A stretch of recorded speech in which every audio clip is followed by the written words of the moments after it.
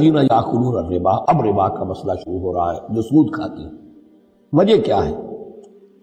اصل مسئلہ ہے اس سرپلس ویلیو کا۔ آپ کا کوئی شغل ہے، آپ کی ملازمت ہے، آپ کما رہے ہیں، آپ کا خرچ پورا ہو رہا ہے، کچھ بچت بھی ہو رہی ہے۔ اب اس بچت کا اصل مصرف کیا ہے؟ یسألونک ماذا ينفقون قل العفو۔ اصل راستہ تو یہ ہے کہ اس کو دے دو اللہ کی راہ میں، یا محتاجوں کو یا اللہ کے دین کو۔ لیکن اب جو سود خورانہ ذہنیت ہے وہ یہ کہ اس بچت کو بھی مزید کمائی کا ذریعہ بنا، یہ سود خورانہ ذہنیت ہے۔ لہذا اصل میں سود خوری انفاق کا کی ضد ہے، اور یہ عقدہ مجھ پر کھلا جبکہ القرآن یفسر بعضہ بعضا، اس اصول کے تحت جب سورہ روم کی آیات کا میں نے مطالعہ کیا، وہاں یہی شکل آپ کو نظر آئے گی کہ ان دونوں کو مقابلے میں لایا گیا ہے، اللہ کی رضا جوئی کے لیے انفاق اور ربا، سود پر رقم دینا۔ وما آتیتم من ربا لیربو فی اموال الناس فلا یربو عند اللہ، جو کچھ تم دیتے ہو سود پر کہ وہ بڑھے لوگوں کے مال میں، محنت وہ کر رہا ہے اور آپ اس کی کمائی میں سے آپ وصول کر رہے ہیں اپنے اس سرمائے کی وجہ سے۔ وہ یہ گویا کہ آپ کا مال اس کے مال میں اس کی محنت سے بڑھ رہا ہے۔ الذی ما آتیتم من ربا لیربو فی اموال الناس فلا یربو عند اللہ، اللہ کے ہاں بڑھوتری نہیں ہوتی۔ وما آتیتم من زکاۃ تریدون وجہ اللہ فاولئک هم المضعفون، اور وہ جو تم زکوٰۃ اور صدقات میں دے دیتے ہو اللہ کی رضا جوئی کے لیے، تو وہ ہیں جو دوہرے چوہرے کر رہے ہیں، ان کا مال بڑھ رہا ہے، اس کی بڑھوتری ہو رہی ہے۔ تو انفاق فی سبیل اللہ، صدقات، زکوٰۃ، اس کے بالمقابل، اس کے برعکس ہے اپنی اس بچت کے مال کو، اور آپ کو معلوم ہے آج کی بینکنگ سسٹم کا سب سے زیادہ زور بچت کی اسکیم، اور یہ سب کا سب جو ہے در حقیقت saving bank, saving account, save کرو، لیکن سیو کرو مزید کمانے کے لیے۔ سیو جو ہے اس لیے نہیں ہے کہ اپنا پیٹ کاٹو اور غرباء کو دو، اپنا سٹینڈرڈ آف لیونگ کم کرو اور اللہ کے دین کے لیے خرچ کرو، یہ نہیں، بلکہ اس لیے کہ وہ جو تم بچاؤ وہ ہمیں دو، تاکہ وہ ہم سود پر زیادہ رقم، زیادہ شرح سود پر دوسروں کو دے اور تھوڑا شرح سود تمہیں دے دے۔ اب اس کے برعکس سے الذین یاکلون الربا، جو لوگ سود کھاتے ہیں، لا یقومون الا کما یقوم الذی یتخبطہ الشیطان من المس، وہ نہیں کھڑے ہوتے مگر ان کی طرح سے کہ جن کو شیطان نے مخبوط الحواس بنا دیا ہو چھو کر۔ یہاں عام طور پر یہ سمجھا گیا کہ یہ قیامت کے دن کا نقشہ ہے، یہ قیامت کے دن کا نقشہ تو ہوگا ہی، اس دنیا میں بھی سود خوروں کا حال یہی ہے۔ اور اگر ان کا نقشہ دیکھنا ہو تو کسی سٹاک ایکسچینج کو جا کے دیکھ لیجیے، معلوم ہوگا دیوانے ہیں، پاگل ہیں، چیخ رہے ہیں، دوڑ رہے ہیں، بھاگ رہے ہیں، وہ انسان نہیں نظر آتے اس وقت جو بھی کچھ ہو رہا ہوتا سٹاک ایکسچینج کے اندر۔ مخبوط الحواس انسان جو ہے وہ ہو جاتا ہے یہ سود خوری کی وجہ سے۔ الذین یاکلون الربا لا یقومون الا کما یقوم الذی یتخبطہ الشیطان من المس ذلک بانہم قالوا انما البیع مثل الربا، اور ان کے سب سے بڑھ کر مخبوط الحواس ہونے کا مظہر یہ ہے، یہ اس لیے کہ وہ کہتے ہیں کہ بیع بھی تو ربا کی طرح ہے، بیع بھی تو سود ہے۔ میں نے 100 روپے کا مال خریدا، 110 میں بیچ دیا، 10 بچ گئے، یہ ربا ہے، ربا جائز ہے۔ 100 روپے کسی کو دیے اور 110 لیے، یہ سود ہو گیا۔ بھائی کیوں ہو گیا؟ 100 روپے کی شے دے دی، یہ 100 روپیہ دے دیا، کیا فرق پڑا؟ 10 لاکھ کا مکان بنایا، 4000 کے قرضے کے ماہانہ کرائے پر دے دیا، جائز ہو گیا۔ 10 لاکھ کسی کو دیا اور اس سے 4000 روپیہ مہینہ دینا شروع کیا، یہ سود ہو گیا، حرام ہو گیا۔ عقلی طور پر یہ باتیں ہیں کہ جو سود کے حامیوں کی طرف سے کہی جاتی ہیں۔ انما البیع مثل الربا، بیع میں کبھی جو نفع ہوتا ہے، ربح اور ربا یہ میں اس وقت بیان کر چکا ہوں سورہ بقرہ کے دوسرے رکوع کے ضمن میں۔ یہ جان لیجئے کہ اس ظاہری سے مناسبت کی وجہ سے ان کا مخبوط الحواس لوگ جو ہیں وہ اس دونوں کے اندر کوئی فرق محسوس نہیں کرتے۔ یہاں اللہ تعالیٰ نے ان کے قول کا عقلی جواب نہیں دیا، بلکہ جواب کیا دیا؟ احل اللہ البیع وحرم الربا، اللہ نے بیع کو حلال قرار دیا ہے اور ربا کو حرام قرار دیا۔ اب تم بات یہ کرو، اللہ کو مانتے ہو یا نہیں؟ رسول کو مانتے ہو یا نہیں؟ قرآن کو مانتے ہو کہ نہیں؟ یا اپنی عقل کو مانتے ہو؟ اگر تم مسلمان ہو، اگر تم مومن ہو تو اللہ کا حکم جو وہ فرمائے، نہ صرف اللہ کا، جو رسول کا ہے، ما آتاکم الرسول فخذوہ وما نہاکم عنہ فانتہوا، جو کچھ رسول تمہیں دے لے لو، اور جس چیز سے روک دے رک جاؤ۔ یہ تو شریعت کا معاملہ ہے۔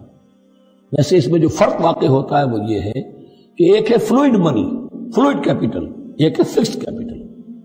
مکان 10 لاکھ کا ہے، لیکن مکان سے جو شخص رہ رہا فائدہ کیا اٹھائے گا؟ 1 مہینے رہے گا نا، بس اس کا بدل آپ نے لے لیا۔ 10 لاکھ روپے کسی کو نقد دے دیے، وہ کسی کام میں لگائے گا، 12 لاکھ بھی بن سکتے ہیں، 15 بھی لگ سکتے ہیں، 8 بھی رہ سکتے ہیں۔ اس میں آپ نے فکس اگر لیا، یہ حرام ہے۔ ان دونوں میں اگرچہ عام طور پہ کہا جائے گا یہ بھی کیپٹل ہے وہ بھی کیپٹل ہے، مکان بھی تو سرمایہ کی ایک شکل ہے، لیکن یہ فکس کیپٹل ہے، اس کی شکل بدل نہیں رہی ہے۔ اس مکان میں تو ایک شخص رہ جائے گا، سکنا ہوگا، اس کی رہائش ہے، یا آپ کہیں گے اس کی ویئر اینڈ ٹیئر ہے تو اس کا آپ نے بدل دے دیا، بس ختم۔ لیکن وہ جائے گا، وہ مکان آپ کے لیے رہ جائے گا۔ لیکن یہ کہ 10 لاکھ جس کو دیا نقد، وہ کاروبار کرے گا، کچھ اور کہیں لگائے گا، اس کے اندر اضافہ بھی ہو سکتا ہے، کمی بھی ہو سکتی ہے، اس میں پھر فکسڈ پروفٹ لینا یہ ہے حرام، اور ان دونوں میں کوئی مناسبت نہیں۔ لیکن اللہ تعالیٰ نے یہ جواب نہیں دیا، جواب دیا احل اللہ البیع وحرم الربا فمن جاءہ موعظۃ من ربہ فانتہی فلہ ما سلف، تو جس شخص کے پاس اس کے رب کی طرف سے یہ نصیحت پہنچ گئی اور وہ باز آ گیا، رک گیا، فلہ ما سلف، تو جو کچھ پہلے وہ لے چکا ہے وہ اس کا ہے، وہ اسے واپس نہیں دیا جائے گا، حساب کتاب نہیں کیا جائے گا کہ تم اتنا سود کھا چکے ہو واپس کرو۔ لیکن اس کا یہ مطلب بھی نہیں کہ اس کا کوئی گناہ ان پر نہیں ہوگا، وَأَمْرُهُ إِلَى اللَّهِ، اللہ کے حوالے رہے گا، معلق رہے گا، اللہ چاہے گا تو معاف بھی کر دے گا، اور اللہ چاہے گا تو پچھلے سود کے اوپر بھی اس کی سرزنش ہوگی۔ أَمْرُهُ إِلَى اللَّهِ وَمَنْ عَادَ، لیکن اس نصیحت کے آنے کے بعد بھی جس نے دوبارہ یہ حرکت کی، فَأُولَٰئِكَ أَصْحَابُ النَّارِ هُمْ فِيهَا خَالِدُونَ، تو یہ جہنمی ہے اور اس میں ہمیشہ ہمیشہ رہے گا۔ يَمْحَقُ اللَّهُ الرِّبَا وَيُرْبِي الصَّدَقَاتِ، اللہ تعالیٰ ربا کو مٹاتا ہے، دباتا ہے۔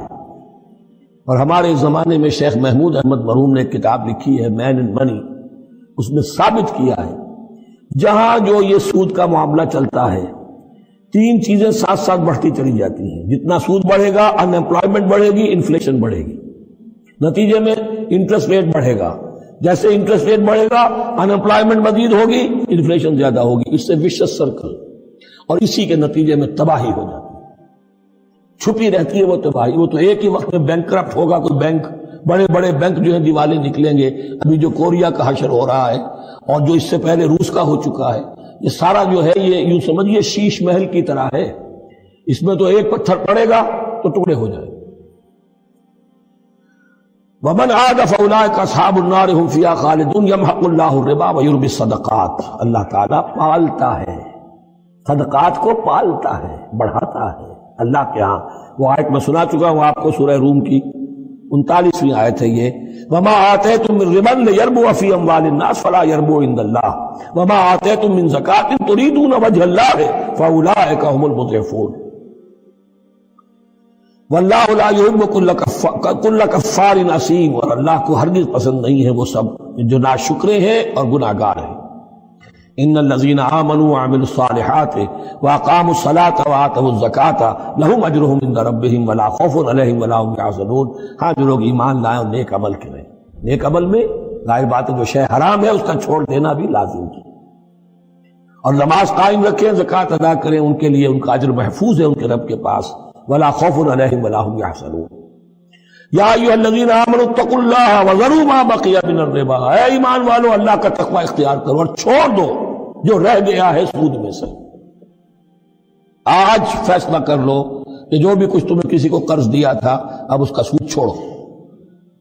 یا ایھا الذین آمنوا اتقوا اللہ وذروا ما بقی من الربا ان کنتم مؤمنین، اگر تم مومن ہو، فإن لم تفعلوا، اور اگر تم نے ایسا نہ کیا، باز نہ آئے، فاذنوا، تو کان کھول کر سن لو، بحرب من اللہ ورسولہ، اللہ اور اس کے رسول کی طرف سے اعلان جنگ، یہ الٹیمیٹم ہے اگر باز نہیں آتے سود سے۔ دیکھیے کسی اور گناہ پر یہ بات نہیں آئی، اللہ اور اس کے رسول کی طرف سے اعلان جنگ۔ وَإِن تُبْتُمْ فَلَكُمْ رُءُوسُ أَمْوَالِكُمْ، اگر تم توبہ کرو تو تمہارے جو اصل راس المال ہے وہ تمہیں لوٹا دیے جائیں گے۔ سود چھوڑ دو، راس المال واپس لے لو۔ لا تظلمون ولا تظلمون، نہ تم ظلم کرو سود لے کر اور نہ تم پر ظلم کیا جائے کہ تمہارا راس المال بھی دبا دیا جائے۔ لا تظلمون ولا تظلمون۔ وَإِن كَانَ ذُو عُسْرَةٍ، اور اگر تمہارا جو مقروض ہے وہ تنگی میں ہے، تنگ دستی میں ہے، فَنَظِرَةٌ إِلَىٰ مَيْسَرَةٍ، تو انہیں انتظار کرو، پھر اسے مہلت دو کہ اس کی ہم کشادگی پیدا ہو جائے، آسانی سے وہ آپ کی رقم، آپ کا قرض واپس کر سکے۔ لیکن اس سے بھی آگے وَأَن تَصَدَّقُوا خَيْرٌ لَكُمْ، تم صدقہ ہی کر دو۔ تمہارا بھائی غریب تھا، اس کو تم نے قرض دیا تھا، کوئی سود لے کر کھا بھی چکے ہو، اب جو ہے سود، اب تو باقی سود کو تو چھوڑا ہی ہے، اگر وہ راس المال بھی بخش دو اس کو، یہ انفاق ہو جائے گا، یہ قرض حسنہ اللہ کو ہو جائے گا، یہ تمہارا جو ہے ذخیرہ آخرت بن جائے گا۔ یوں سمجھیے کہ جو بھی جو ہے جس کو سرپلس ویلیو میں نے کہا تھا اسلامی معیشت کے اندر جو بچت ہے آپ کی، اس بچت کا سب سے اونچا مصرف کیا ہے؟ صدقہ دے دو، انفاق کر دو۔ اس سے کم تر کیا ہے؟ قرض حسنہ، قرض دے دو کسی کو تاکہ وہ اپنی ضرورت چلا لے، اس کا کاروبار رکا ہوا تھا وہ چل پڑے گا اور تمہیں پھر وہ اپنی اصل رقم واپس کر دے۔ میرا دل برماہی نہیں آیا،